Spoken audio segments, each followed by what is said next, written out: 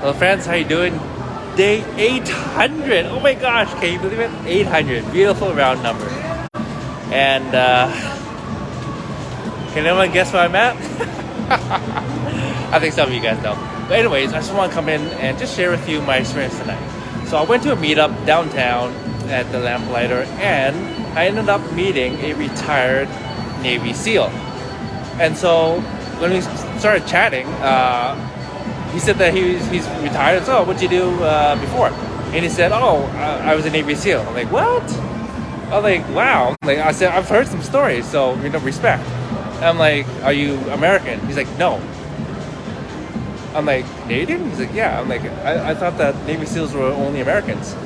And he said that when he became a Navy SEAL, he was 24 years old, but at the time, it was only 1 year, but the only way that Canadian could be participate in the program is to be referred by a senator, a Canadian senator, right, in Parliament. So I was like, wow, like I had no clue. I'd never heard of that before.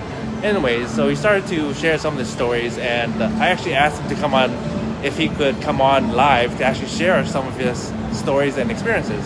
No details needed, but he said he's not allowed to do that. He's not able to, go public and on a platform to share anything. So I said, okay, so in that case, can you share a lesson or two that you got from that program? And so first and foremost, he said, the Navy SEAL program is the best program. And he talks about Hell Week, what he had to go through. He talks about who actually makes it through. He says most of the guys who are massively built, roid monkeys, people who hit the gym, like big, honkers, the guys who work out a lot. He said basically almost always they never make it through. It's not about how big you are, or how big your muscles are. It's your grit. It's guys who have a resolve. And one interesting thing he shared was that those who actually made it were the ones who actually cared more about their team members than themselves.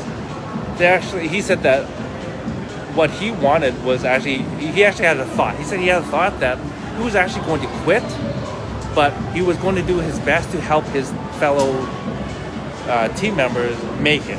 But he thought he was going to quit. And in the end, those guys actually quit, and he made it through. And so an important lesson that he said that he learned was that in SEALs, that essentially the team comes together and becomes one, meaning becomes one unit. They work together, they breathe together, they basically do everything. When something comes up, they converse about everything, the plan, and then obviously there's one person who still makes the decision, but they actually work together in coming together and making decisions. Whereas he says in civilian life, is what he called it, essentially individuals come together to make a team. And so I was like, that's very interesting, and then that's so powerful, because again, it's all about unity, my friends. If you can unite, man, so much more powerful than a bunch of individuals come together. It's a subtle difference, but it's a massive difference in how you operate. And so the second thing he shared, hold on, let me get my note. Okay, so the second thing he shared was that when he was in Navy SEAL training, that they gave the meaning first and then details later. Versus our current education system is backwards. He said that currently teachers, they give details and then they give the meaning later. And so he gave a few examples of that. And he also touched on, the last thing I'll talk about is, he talked about how he actually has this dyslexia. And so he talks about how actually a lot of very intelligent geniuses have dyslexia or a form of it. For example, Asperger's, or on the spectrum somehow. And he says that our society is starting to understand a little bit more, but still don't really understand how truly powerful the brains are with people who have that. It's because they see so many options, and sometimes it kind of stunts, like, okay, well, what do I do? Because I see so many options.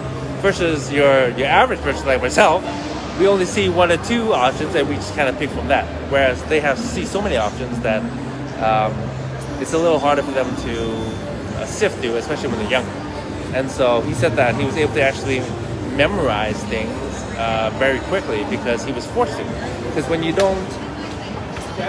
can't read properly, or just like most people, you're forced to memorize things quickly, or you compensate, right? And so that was very interesting as well. So, man, I just picked his brain. It was amazing. But yeah, I just want to share a few things that I actually got from it, and wow, that's pretty cool. A Canadian Navy SEAL, amazing. Man, I just wish he could have came on and just shared a little bit, but yeah, he was unable to.